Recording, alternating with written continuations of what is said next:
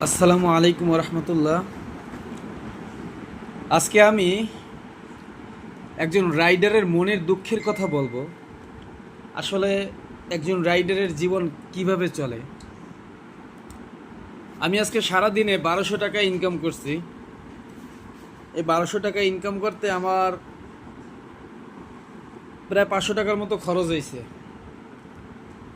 তেল খরচ, তারপর নিজের খাওয়া খরচ, নিজের রোড খরচ, মানে সব কিছু মিলাইয়া 500 টাকার মতো খরচ হইলে আর থাকে কত, 700 টাকা থাকে। তো এই 700 টাকা বাসায় আসতে আসতে এখন এই যে দেখেন, এখানে 200 টাকার মতো আছে। আমি আজ প্রায় 1 সপ্তাহ ধরে মাত্র 500 টাকা আমি জোগাড় করতে পারতেছি না। আমি 500 টাকা জোগাড় করার জন্য অনেক চেষ্টা করতেছি, পারতেছি না।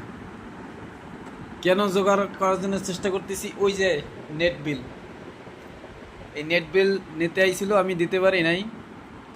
এই নেট বিলটা 500 টাকা রাইট করে তারপর দেওয়ার চিন্তা করছি, সেটা আমি দিতে পারি নাই। এখন আমি চিন্তা করি, তা আলহামদুলিল্লাহ আমার হচ্ছে একটা জব আছে, একটা জব করি ছোটোখাটো, যাই হোক, পাশাপাশি এই রাইড শেয়ারও দিই।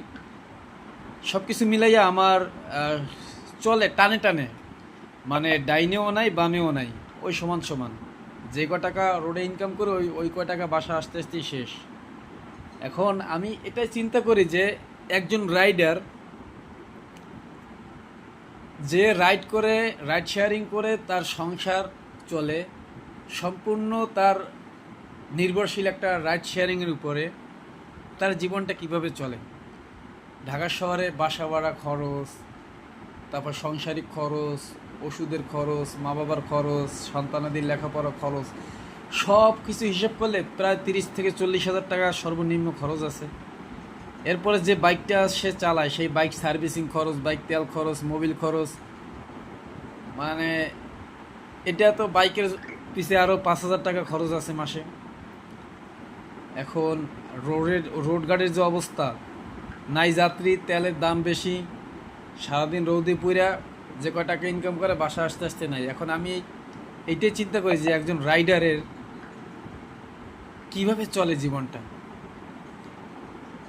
যদি ভিডিওটা যদি আপনার কাছে বিন্দু পরিমাণ যদি একটু কষ্ট লেগে থাকে, তাহলে শেয়ার করে দিবেন, একটা লাইক দিবেন, আর পেজটিকে ফলো দিবেন প্রতিদিন ভিডিও পেতে।